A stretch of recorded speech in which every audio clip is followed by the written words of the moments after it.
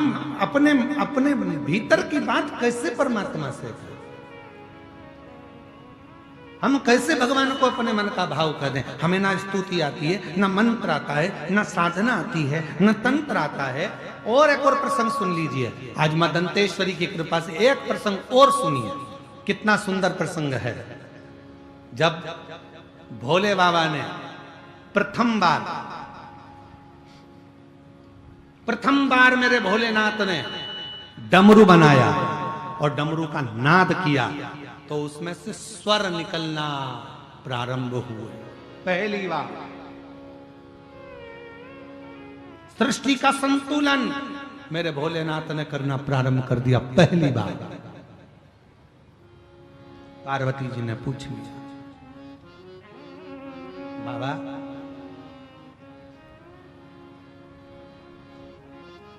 आपने ये डमरू बनाया पृथ्वी का संतुलन करने के लिए, और इसको आपने पृथ्वी का संतुलन करने के लिए रखा, इसमें से स्वर निकल रहे हैं, स्वर प्रषित हो रहे हैं। बाबा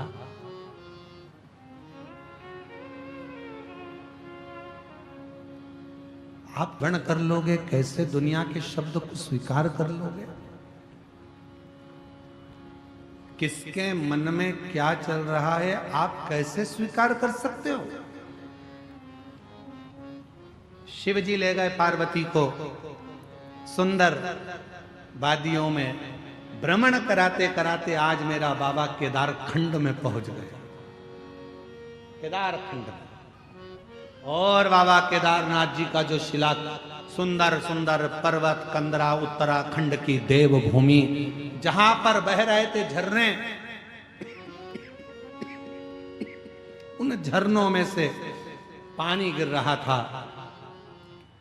तब एक वृक्ष का पत्ता पड़ा हुआ था सूखा, उस वृक्ष के पत्ते पर एक एक पानी की धीरे धीरे तरंगे गिर रही थी और पत्ते में से स्वर निकल रहा था।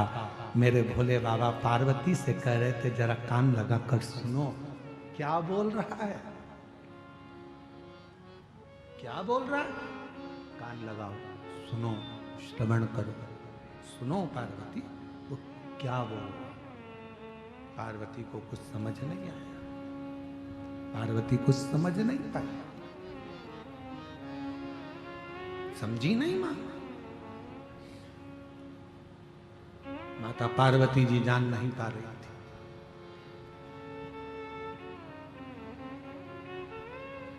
एक एक स्वर पानी की बूंद बता रही थी। तब भगवान देवाधिदेव महादेव ने माता पार्वती से कह दिया, सुनो जगत जननी जगदम्बा अंबा पार्वती, जल की धार व्यक्ति ना बोले, जो जल की धार मुझ पर पड़ती है, मैं उस धार से समझ जाता हूं कि गंगा क्या कहना चाहती है, गंगा के शब्द क्या है, गंगा क्या बोलना चाहती है, यमुना क्या कहना चाहती है, सरयू, कावेरी, मंदाकिनी, गोदावरी, इंद्रावती, ये क्या कहना चाहती है, मैं समझ जाता। मेरी जीजियों, मेरे जीजाओं, मेरी बेटियों, मेरे बेटाओं, मेरी माताओं, मेरे बुजुर्ग, माता पिता, ध्यान रखें इस चीज के लिए, स्मरण में रहे, आप लोगों के ध्यान में रहे। शंभो शंभो शंभो शंभो शंभो। थोड़ा ध्यान रखें इस बात का कि मेरे भोले बाबा को जब आप एक लोटा जल समर्पित करते हो और धीरे धीरे जब वो जल की धार मेरे देव अधिदेव महादेव पर चढ़ना प्रारंभ होती है, तुम कुछ कहो ना कहो, पर तुम्हारे घर से आया हुआ पानी जब शिव जी पे चढ़ता है तो वो जल की धार शंकर जी से तुम्हारे मन की और तुम्हारे घर की पूरी बात कह देती है और शिव करुणा करना। बेलपत्री शिव जी को क्यों चढ़ाई जाती है? जम के बोलो जरा। हम अपनी बात बाबा से नहीं को लेकर हम भगवान देव अधिदेव महादेव से जब उनको समर्पित करते हैं तो अपने दिल की बात, हृदय की बात शिव को कह देते हैं। मन की बात भगवान को अपने हृदय की बात कह देते हैं। एक बेलपत्र बहुत, एक लोटा जल, बोलो बोलो जम के, सारी समस्या का हल। कौन कौन जाता है मंदिर शंकर को चढ़ाने? हाथ उठाओ जरा जल्दी से साहब, बहुत जोरदार। घर जाके नजर उतरवा लेना, नजर ना लगे आप लोगों को, बहुत जरूरी है। जाया करो और अकेले मत जाओ, अपनी अड़ोसन पड़ोसन पीछे वाली धड़ोसन सबको लेकर जाओ। चल तू भी चल, पानी चढ़ा, शिव जी को एक लोटा जल चढ़ा।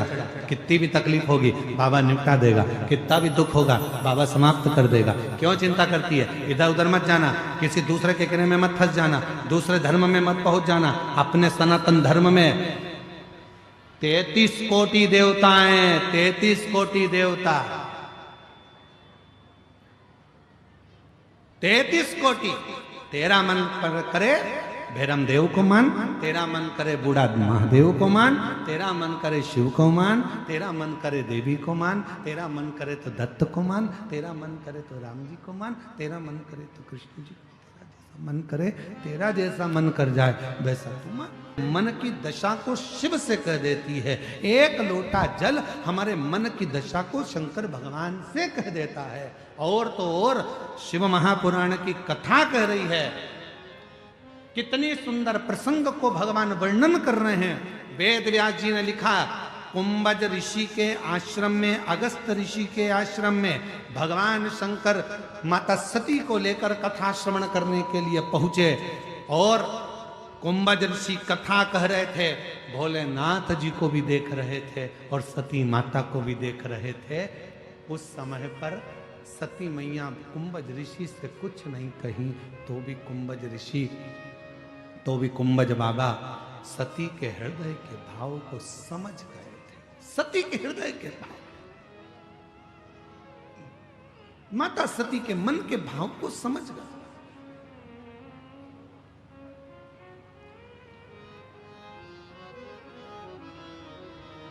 कुछ मत कहो तो भी बाबा समझ जाता है। आप लोगों को एक बात कही थी, किस किस को याद है जरा उत्तर देना। शिव जी को एक लोटा जल नहीं चढ़ा सकते, मत चढ़ाओ। बेलपत्र भी नहीं चढ़ा सकते, मत चढ़ाओ। शंकर के मंदिर में जाकर 3 बार ताली बजा दो, वो भी नहीं कर सकते, दर्शन कर लो।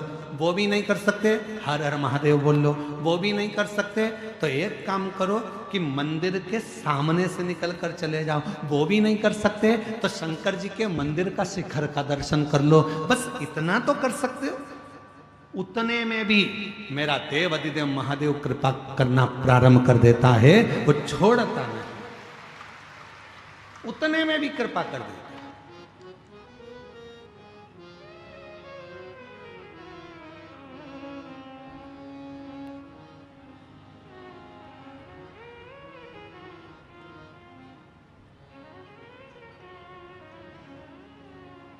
बस उसका स्मरण कर लिया और वो कृपा करना प्रारंभ कर दिया।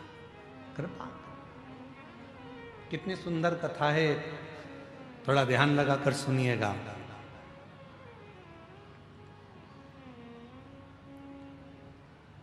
मां जगत जननी पार्वती जी को लेकर भगवान शिव पहुंचे एक सरोवर के पास।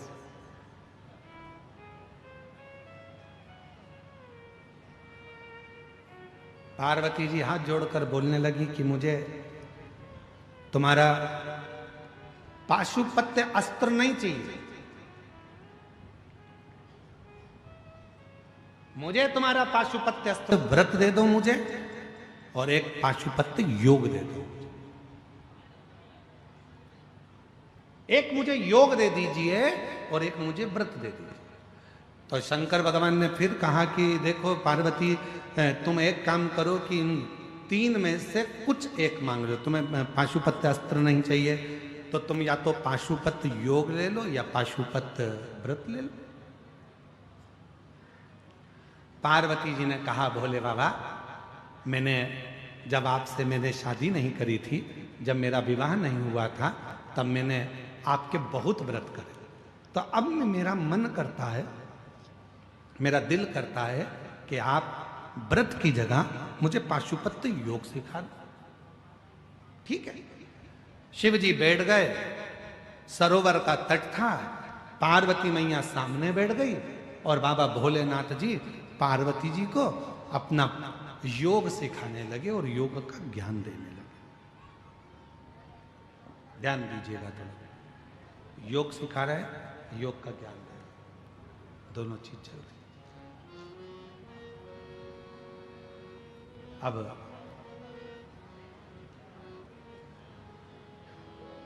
थोड़ी देर तक तो पार्वती जी का मन लगा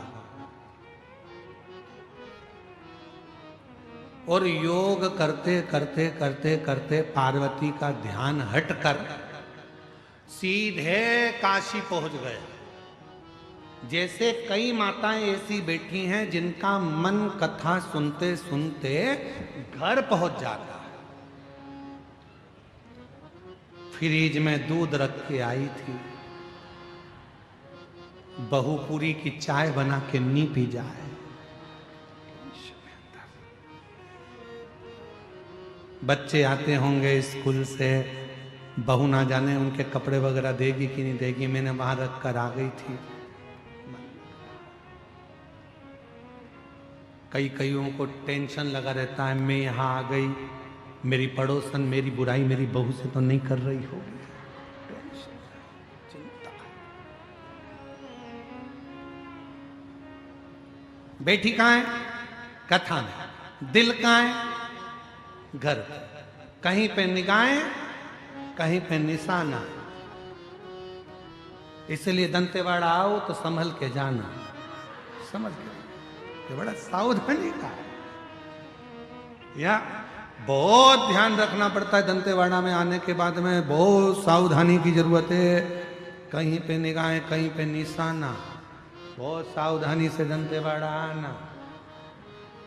और यहां फंस गए तो दूसरी बार फिर नहीं जाना, बहुत मुश्किल। एक बार आ गए और तुम्हारा दिल अगर बस्तर में लग गया तो फिर कहीं नहीं जा सकते। आप यहीं के हो, फिर आप यहीं, दिल लग गया। तुम देखना कई लोगों की ड्यूटी लगते लगते या नौकरी करते करते 8-10 साल हो जाते हैं ना, फिर वो सोचते हैं कि अब मन नहीं करता बस्तर को छोड़ने का। भले वनवासी क्षेत्र, आदिवासी क्षेत्र, पर शांति बहुत है, बहुत शांति, बहुत शांति मन की, पड़ोस वाली नहीं। बहुत शांति मन, बहुत हृदय शांत है। यहाँ व्यर्थ का कुछ फालतू की चीजें नहीं है। यहाँ तो केवल सीधे साधे लोग हैं, अलमस्त रहते हैं, अपनी छोटी मोटी व्यापार कर लेते हैं, छोटा मोटा दुकान कर लेते हैं, छोटा मोटा काम करके अपनी गुजारा कर लेते हैं और बड़े प्रेम से अपनी आनंद के साथ। सब दूर किलो से सामान मिलता है। बस्तर में हमने देखा, जब हम अभी वो गांव गए थे तो वहां पर मिर्ची का इतना बड़ा ढेर, टमाटर का इतना बड़ा ढेर और मूली का इतना बड़ा ढेर, हरे धने का इतना बड़ा ढेर। जब हम बहुत छोटे थे तब हम ऐसा देखते थे, जब गांव के लोग बेचने आते थे तो ऐसे ढेर लगा लगा के, ढेरी 5 रुपए की ढेरी, 5 रुपए की ढेरी, 5 रुपए की ढेरी, ये पहले चलती थी। पर आज भी हमारे बस्तर में आज भी ढेर से ही बिकता है, आज भी ढेर से ढेर ही लगी।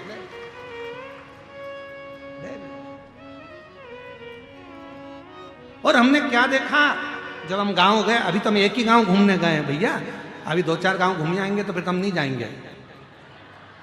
अभी तो हम एक ही गांव घूमने गए, फिर हमने देखा थोड़ी देर, तो हमने क्या देखा कि एक गांव का व्यक्ति ये सब फेटा बंधा हुआ था, इतनी इतनी धोती उसकी चढ़ी हुई थी टाबिल जैसी, और यहाँ कुछ बंधा हुआ था, और वो ऐसा अपने कहीं क्या बांध के ऐसा लेके आया था। हम खड़े खड़े देख रहे थे, ढेरी वाले के पास आया, उसने ढेरी वाले की वहाँ पर ढेरी में ऐसा डाल दिया और उसको पैसे भी देने की जरूरत नहीं पड़ी। उसने मूली उठा के रख दी, टमाटर रख दिया, हरी मिर्ची रख दी और वो लेकर चले गया।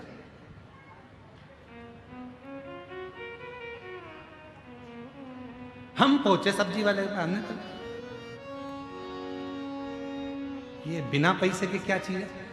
अरे तुम्हें क्या मालूम, गोंद है, ये सब्जी से ज्यादा महंगी है। मतलब आज भी आदान और प्रदान चल रहा है कि तुम दोगे तो हम देंगे। इससे जोरदार बस्तर और क्या होगा? प्यार दो और प्यार लो। इससे जोरदार बस्तर और क्या होगा? बस्तर प्यार देता है, बस्तर करुणा देता है, बस्तर वात्सल्यता देता है, और छत्तीसगढ़ का ये बस्तर जीने की कला देता है। आप जियो प्यार। ए छत्तीसगढ़ वालों, तुम्हें गौरवान्वित होना चाहिए कि ये बस्तर तुम्हारा दिल है, ये बस्तर तुम्हारी जान है, और ये बस्तर तुम्हारी जिंदगी है। ये वो बस्तर है जो प्रेम, करुणा, वात्सल्यता और जीने की कला देता। और कई कई लोग बस्तर में रहने के बाद भी आंख में आंसू भर के हम दूसरी जगह चले जाएंगे। काय को जाएंगे? यहीं छाती पे मूंग डलेंगे। काय को जाए? यहीं रहो।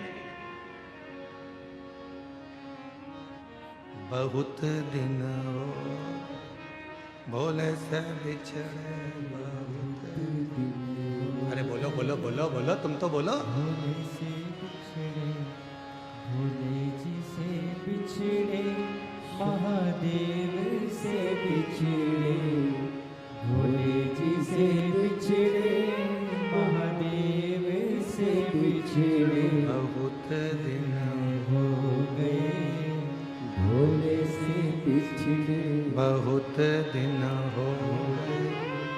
भोले से बिछड़े। कहाँ जाना? हम ना जाए, हम कहीं नहीं जाएंगे, हम तो यहीं, कहीं नहीं, बस यहीं यही। पार्वती चलो तुम्हें योग, पार्वती का हृदय विचलित हो जाए, मन चले। ये मन जो है ना, ये बड़ा विचलित है, बहुत जल्दी भटक जाता है, बहुत जल्दी। कथा दिल लगाकर सुन रहे हो, इतने में से कोई निकल कर गया, अभी तक मन था कथा में, जैसे कोई निकल कर गया।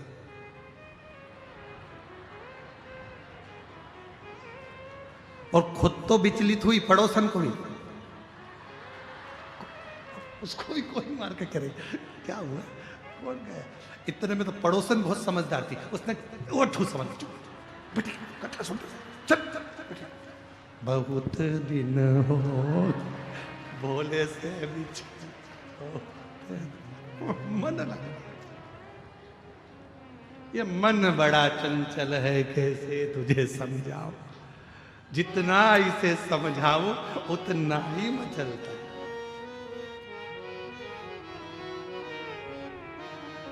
हम भी हमारे दो को बहुत समझा रहे हैं, बहुत दिन हो,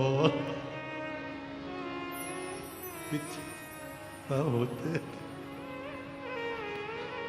भोले से बिछ,